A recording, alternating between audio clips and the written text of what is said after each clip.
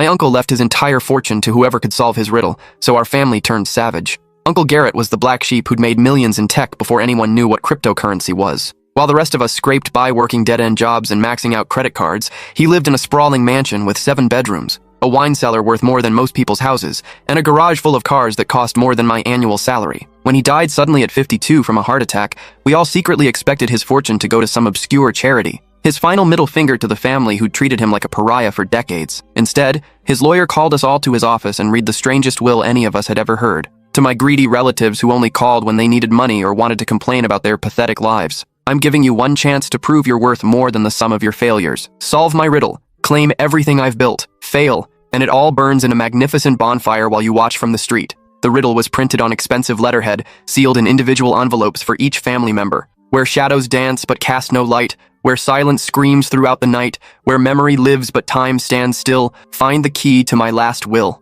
At first, we actually worked together like a real family. My Aunt Patricia suggested his old photography darkroom, where he'd spent countless hours developing pictures. Cousin Dylan thought it meant his study, where he'd sit for hours in complete darkness, typing away on his computer. Mom was convinced it referenced the basement wine cellar, where he stored bottles worth thousands of dollars each. My brother Finn thought it meant the attic where old furniture gathered dust under white sheets. For 3 weeks, we tore through every inch of his mansion like a pack of wild animals. We moved furniture that hadn't been touched in years, checked behind expensive paintings for hidden safes, pulled up Persian rugs, and pried at floorboards until our fingers bled. We searched crawl spaces, examined every book in his library for hollow compartments, and even had his pool drained to check for underwater hiding spots. Nothing. Not a single clue. That's when the family bonds started snapping like overstretched rubber bands. Patricia hired a private investigator who charged $800 a day. Dylan bribed the longtime housekeeper with a $1,000 tip for information about Garrett's daily habits and secret hiding places. Mom started showing up at the mansion at 5 in the morning to search rooms before anyone else arrived, claiming she needed the quiet to think clearly. Finn installed hidden cameras throughout the house to spy on the rest of us, monitoring our movements like we were common criminals. The real ugliness began when Patricia found something she wasn't supposed to find. She was searching Garrett's master bedroom for the 100th time when she discovered a loose floorboard hidden under his massive antique bed. Beneath it was a metal lockbox containing old photographs and what appeared to be a second riddle written in Garrett's distinctive handwriting. But instead of calling the rest of us immediately like we'd all agreed to do, she slipped it into her designer purse and pretended she'd found nothing. Unfortunately for Patricia, Finn's surveillance cameras caught everything in perfect high-definition detail. The next morning, he confronted her in front of the whole family gathered in Garrett's kitchen. Patricia denied stealing anything until Finn played the footage on his laptop, and we all watched her face go from confident to guilty to desperate in the span of 30 seconds. "Give it back right now," Mom demanded, her voice shaking with barely controlled rage. "I found it fair and square," Patricia shot back. "Possession is 9/10 of the law." That's when Dylan completely lost control and grabbed her $1,000 purse, dumping everything onto the marble kitchen floor. The metal box crashed open with a sound like breaking bones, scattering photographs and papers everywhere. There were ancient Polaroids of places I didn't immediately recognize, a tarnished key that looked like it belonged to something important, and a handwritten note that made my blood turn to ice water in my veins. "Only one of you actually deserves this fortune. The rest of you deserve what's coming to you." The note wasn't signed, but I recognized Garrett's handwriting immediately. The same careful script we'd seen on birthday cards that always came with crisp $100 bills, his way of buying our temporary affection without actually investing time in building real relationships with any of us. The scattered photographs showed places from our shared childhood that I hadn't thought about in years. The old family lake house where we'd spent summers before Grandpa died and left it to rot. Garrett's first dingy apartment above the pizza shop where he'd lived while teaching himself computer programming. The sketchy carnival where he'd worked summers during high school, operating the tilt-a-whirl for drunk teenagers and saving every penny for college. But one particular photograph made Patricia gasp so loudly that we all turned to stare at her. It showed the abandoned warehouse on the outskirts of town where our grandfather used to take us kids to play elaborate games of hide and seek. "He wouldn't," she whispered, her voice barely audible. "Wouldn't what?" Finn demanded, grabbing the photo from her trembling hands. Patricia looked like she'd seen a ghost. Grandpa used to tell us horror stories in that warehouse during thunderstorms. Garrett was absolutely terrified of the place after what happened there. He swore on our mother's grave that he'd never set foot in that building again. Dylan picked up the tarnished key from the floor, turning it over in his calloused hands and examining the scratches along its surface. "This isn't for any safety deposit box I've ever seen. Look at these wear marks. This key's been used recently and often." The warehouse was exactly 43 minutes outside town according to my GPS, sitting on 15 acres of worthless swampland that had been in our family for 3 generations. We'd all crammed into Finn's oversized SUV like we were kids again, but the tension was so thick I could barely breathe. Nobody spoke during the entire drive except to give directions, but I caught Mom constantly checking her phone, probably texting her latest boyfriend Randy about the potential inheritance and what it would mean for their upcoming wedding. When we finally arrived, the warehouse looked exactly like I remembered from childhood visits: rusted metal siding that had turned orange-brown from decades of weather, broken windows that had never been repaired, and that distinctive smell of decay and stagnant water that seemed to cling to everything within a quarter-mile radius. The only thing different was the heavy-duty padlock on the front door,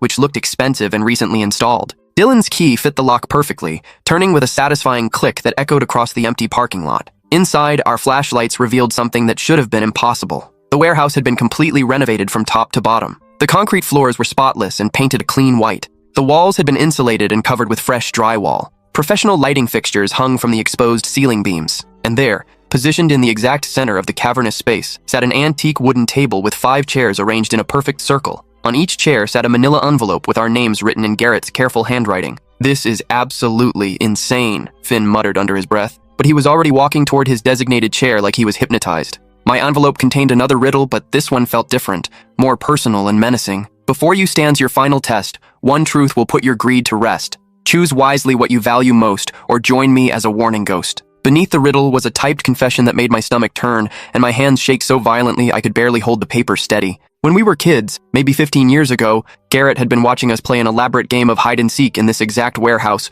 when a section of the rotted floor suddenly collapsed without warning. Dylan, who was only 8 at the time, had fallen through the hole and landed hard on a pile of rusted machinery in the basement. His leg was broken so badly that jagged bone pierced through the skin, and blood was pooling around him at an alarming rate. The rest of us kids had panicked and run screaming for the adults, but Garrett, who was 13 and already bigger than most teenagers, had stayed behind and climbed down into that dark basement. He'd used his favorite shirt to create a tourniquet, applying pressure to the wound and talking calmly to Dylan to keep him conscious until the paramedics arrived 20 minutes later. According to the emergency room doctor, Dylan would have bled to death without immediate intervention. But that's not the story our family had been telling for the past 15 years. Patricia, who was 14 at the time and already showing signs of the jealousy and manipulation that would define her adult personality, had convinced our parents and everyone else that Garrett had actually caused the accident. She claimed he'd been daring Dylan to jump across the weak section of floor, egging him on and calling him a coward when he hesitated. She'd been furious that summer because Garrett always got the most attention from the adults. He was smart, funny, and charming in a way that made everyone gravitate toward him at family gatherings. Patricia had always been average at everything. Average grades, average looks, average personality, and she couldn't stand being overshadowed by her younger cousin. So she'd lied, crafting a detailed story about Garrett's reckless behavior and coaching the younger kids on what to say when the adults asked questions. Our parents believed her because Garrett already had a reputation as the family troublemaker, not because he was actually bad, but because he questioned authority and refused to pretend everything was perfect when it clearly wasn't. He'd spent the next 15 years being treated like a dangerous criminal for saving Dylan's life. I looked around the table at my family members, watching their faces as they read their own versions of the truth. Dylan was staring at his envelope with growing horror, his mouth hanging open as memories from that day began surfacing. Mom had gone completely pale and was gripping her chair so tightly her knuckles had turned white. Finn looked confused and overwhelmed. He'd been too young to remember the incident clearly, but old enough to absorb the family narrative about Garrett being dangerous. Patricia was crying silently, mascara streaming down her cheeks in black rivers. "I was just a kid," she sobbed, her voice breaking. "I didn't understand what it would mean. I didn't know it would follow him for the rest of his life." "You destroyed his relationship with our parents," Dylan said quietly, his voice filled with a pain I'd never heard before. He tried to tell them the truth, begged them to listen, but they'd already decided he was lying. They chose to believe you instead of investigating what actually happened. That's when I noticed the cameras. 4 professional-grade security cameras positioned in each corner of the warehouse, their small red recording lights blinking steadily in the shadows. We were being filmed and had been since the moment we walked through the door. A voice suddenly echoed from hidden speakers mounted throughout the building, Garrett's voice. But the recording was obviously recent, probably made just days before his death. "If you're hearing this message, you've successfully solved my riddle and learned the truth about what really happened in this warehouse 15 years ago. Congratulations on finally deciding to face reality. You've also just confessed your crimes on camera in front of multiple witnesses." Patricia looked up at the nearest camera with tear-filled eyes, her carefully applied makeup now completely ruined. "Garrett, please, I'm sorry. I was young and stupid and jealous, but I never meant—" "Patricia," the recording continued, and I could hear the cold fury in my uncle's voice even through the speakers. "You stole 15 years of family relationships from me with your lie. You cost me my parents' trust, my siblings' love, and any chance of having a normal relationship with the people who should have mattered most. That betrayal is worth exactly $15 million. Multiple screens mounted on the walls suddenly lit up, displaying legal documents in Garrett's distinctive filing system. Patricia's name appeared as the sole beneficiary of his primary estate, but there were conditions listed in small print that made her face go even whiter. "The money comes with strings attached, dear cousin. You have exactly 1 year to publicly confess your lie to every person you told it to, starting with our parents' graves. You'll establish a foundation for falsely accused children, and you'll spend the rest of your life trying to undo the damage you caused." Fail to meet any of these conditions, and the money goes to charity while your confession video gets uploaded to every social media platform on Earth. Finn jumped up so violently that his chair toppled backward and crashed to the floor. This is complete bullshit. Patricia lied, not the rest of us. Why should we be punished for something she did? But you never questioned it, did you? The recording replied, as if Garrett had anticipated this exact reaction and prepared a response. 17 years have passed, and none of you ever bothered to ask Dylan what he actually remembered from that day. You just accepted that your brother was a monster because it was easier than admitting you might have been wrong. Dylan's envelope contained different documents entirely. A trust fund worth $2 million, but also a letter that made him break down sobbing. Dylan. Garrett's voice became softer, filled with the warmth I remembered from our childhood. I'm sorry I never had the courage to tell you the truth while I was alive. You deserve to know that someone fought for you that day. You deserve to know that you were worth saving, and that I never regretted staying behind to help you. I hope this money can buy you some of the therapy our family should have provided years ago. Mom's envelope was nearly empty, except for a single devastating sentence written on expensive letterhead. A mother who doesn't defend all her children equally doesn't deserve wealth or forgiveness. Finn's envelope contained a check for $50,000 and a note that was somehow both generous and brutal. You were 5 years old when this happened, so you're not responsible for the lie. But you're 22 now, old enough to think for yourself instead of blindly accepting family mythology. This money is for college. Learn to question everything, especially stories that make one person a hero and another person a villain. My envelope held the biggest shock of all. My dear niece, Garrett's voice continued from the speakers. You never believed Patricia's lie, did you? Not completely. He was absolutely right, and the accuracy of his observation made my skin crawl. I'd been 7 years old that day, but old enough to remember Garrett's bloody shirt and how gentle he'd been with Dylan while we waited for the ambulance. I'd also been old enough to notice the inconsistencies in Patricia's story when she told it to the adults later. I watched you struggle with that secret for years during family gatherings. I saw how it ate at you, especially during holiday dinners when someone would inevitably bring up the warehouse incident and paint me as the villain. You tried to tell your mother the truth once when you were 12, but she shushed you and told you not to contradict Patricia. My envelope contained legal documents making me the executor of a separate trust fund, $3 million designated specifically for truth-tellers who find their courage too late but still choose to do the right thing. The cameras recording this conversation will automatically upload the footage to every family member's social media accounts in exactly 1 hour, Garrett's voice announced with mechanical precision. The video will be tagged with everyone's real names and employers. Unless someone takes full responsibility for what really happened that day, your confessions will become public knowledge. Patricia looked around the table desperately, her eyes wild with panic. I'll tell everyone the truth. I'll post on Facebook. I'll call everyone we know. I'll fix this somehow. 17 years too late, Dylan said quietly, but there was something like forgiveness in his voice. That's when Mom surprised us all by doing something I'd never seen her do in my entire life. She took responsibility for her own failures. No, she said, standing up slowly and walking to the center of the room. I need to take responsibility too. She positioned herself directly in front of the largest camera and looked straight into the lens with more dignity than I'd ever seen her possess. My name is Rebecca Thorne, and I failed my son in the worst possible way. When Patricia told us that Garrett caused Dylan's accident, I should have investigated further. I should have asked more questions. I should have listened to Garrett's side of the story with an open mind, instead of immediately assuming he was lying. Her voice broke, but she continued. Instead, I chose the easy story. I chose to believe that one of my sons was a hero who tried to help, and the other was a dangerous troublemaker who couldn't be trusted. I chose convenience over truth, and Garrett paid the price for my failure as a mother for the rest of his short life. The recording stopped abruptly. The cameras shut off with audible clicks. For several long minutes, the warehouse was completely silent except for the sound of Patricia's muffled sobbing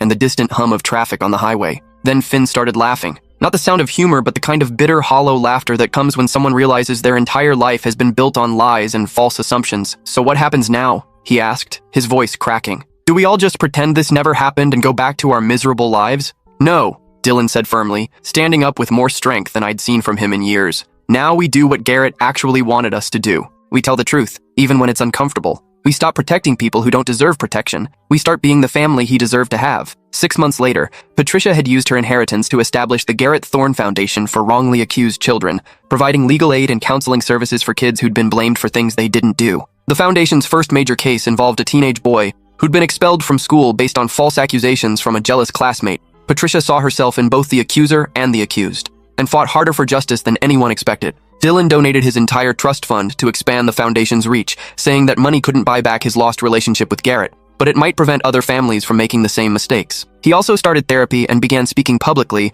about the long-term effects of childhood trauma and family scapegoating. Mom used her savings to commission a memorial garden in Garrett's honor at the local hospital where Dylan had been treated. She spent her retirement volunteering there, reading to children in the emergency room and advocating for better communication between medical staff and families during crises. Finn used his college money to study criminal justice and psychology, saying he wanted to help other people who'd been falsely accused of crimes or family dysfunction. He wrote his senior thesis on the psychology of family scapegoating and how seemingly small lies can destroy relationships for generations. I kept my inheritance, but not for personal gain. Garrett's final document had been very specific about the conditions. The money came with the responsibility to spend my life telling true stories about families who'd learned to do better, to expose the kinds of toxic dynamics that had nearly destroyed our own family. That's why I'm sharing this story with you now, as publicly and honestly as possible. But the story doesn't end there. Last week, exactly 1 year after Garrett's death, I received a certified letter from a law firm in Seattle that I'd never heard of. Another uncle I'd never known existed, Garrett's half-brother from our grandfather's first marriage,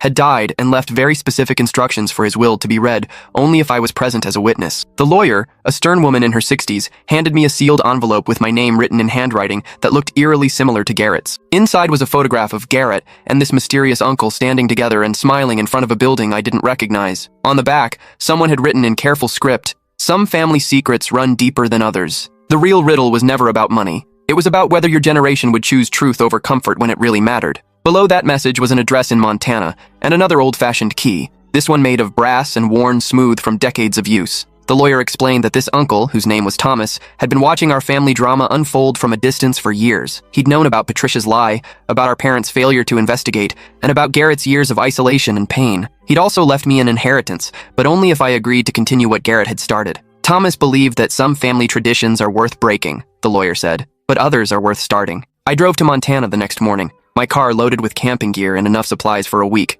The address led me to a remote property outside Bozeman, surrounded by mountains that stretched endlessly in every direction. The main house was a sprawling log cabin that looked like it had been built in the 1920s, with additions added over the decades as the family grew and prospered. The brass key opened the front door easily, and I stepped into what felt like a museum of family history that I'd never known existed. The walls were covered with photographs spanning nearly a century, pictures of relatives I'd never met, family gatherings that predated my birth, and dozens of images of Garrett at various ages. But these weren't the formal portraits we had at home. These were candid shots of him laughing, working on computers, talking animatedly with an older man who had to be Thomas. In the center of the main room sat another table, this one carved from a single piece of oak and polished to a mirror shine. On it was a leather-bound journal and a note in Thomas's handwriting. "If you're reading this, it means you chose truth over comfort when it mattered most. Garrett told me about your family's dynamics years ago. He also told me about you, how you were the only one who ever questioned Patricia's story, even as a child. He believed you had the strength to break the cycle." I opened the journal and found pages upon pages of family history that no one had ever shared with us. Thomas had been documenting our family's patterns of dysfunction for decades, tracking how lies and manipulation had been passed down through generations like genetic diseases. Our grandfather,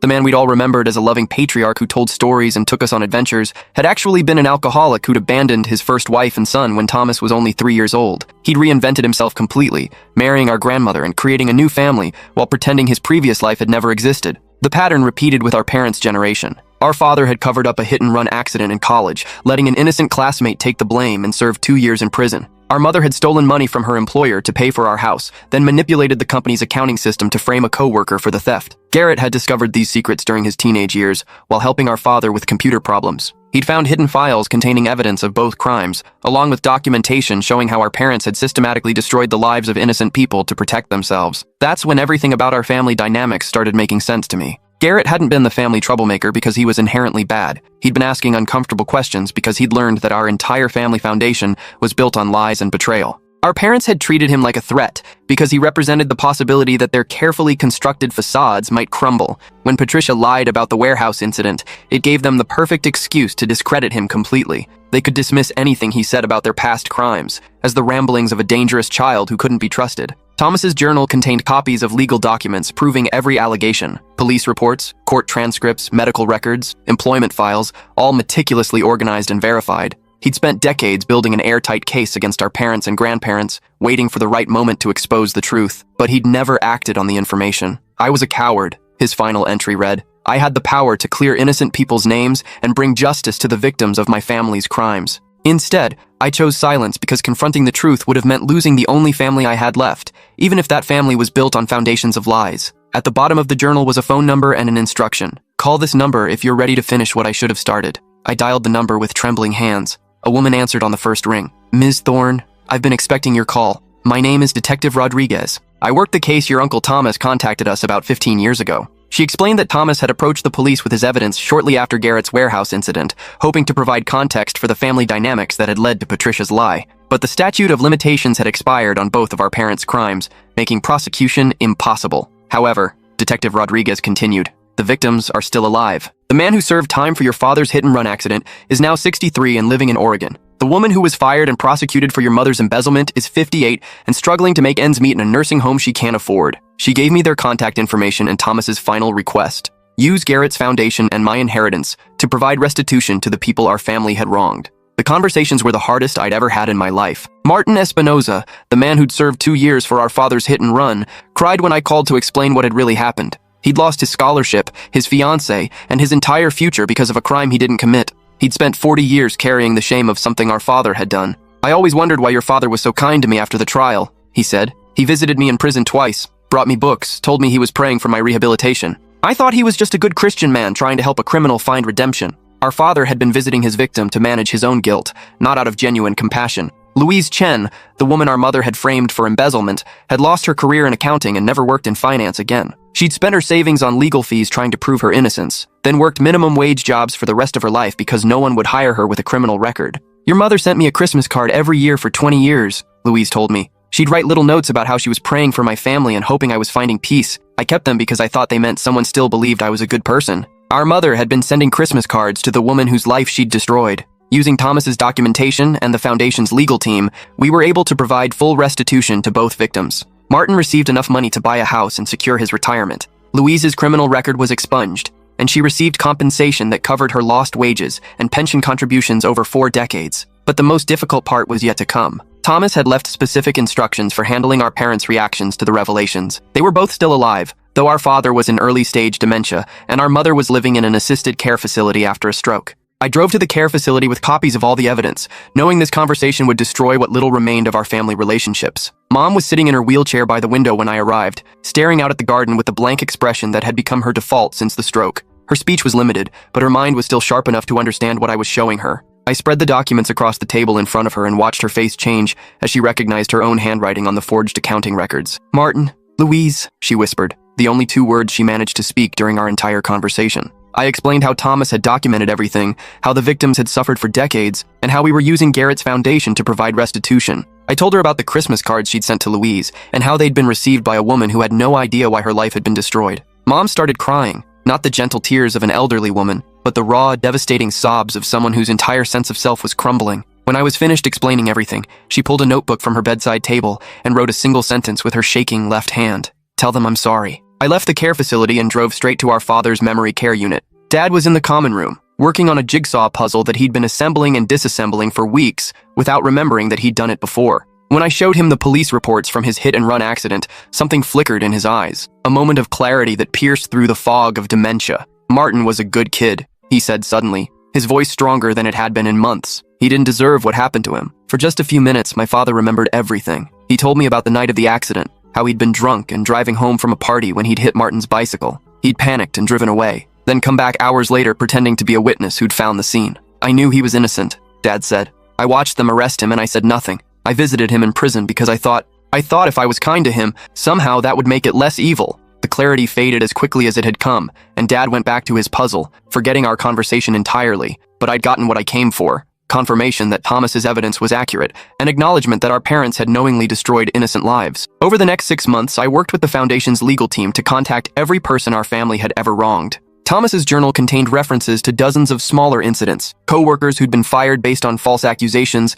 classmates who'd been bullied into silence, neighbors who'd been isolated and ostracized for questioning our family's version of events. Each conversation was like performing surgery on my own soul, cutting away pieces of the identity I'd built around being part of a good family. But each conversation also brought healing to people who'd carried undeserved shame for decades. The most surprising call came from Patricia herself. I found something in Garrett's house, she said, her voice barely audible, hidden in his bedroom wall. I think you need to see it. I drove to Garrett's mansion, which Patricia had been slowly cleaning out as part of her foundation work. She led me to his bedroom, where she'd discovered a hidden compartment behind his headboard. Inside was a collection of letters, dozens of them, all addressed to our family members but never sent. I wrote these over the years when I couldn't sleep, one letter to me began. I wanted you to know that I saw you trying to tell the truth when you were 12. I saw how Mom silenced you, and I wanted to tell you that I knew you believed me. But I was afraid that acknowledging it would put you in the same position I was in. isolated and blamed for things you didn't do. The letters to Dylan were filled with medical advice and emotional support that Garrett had researched but never shared. "I've been following your physical therapy progress through Mom's Facebook posts," one read.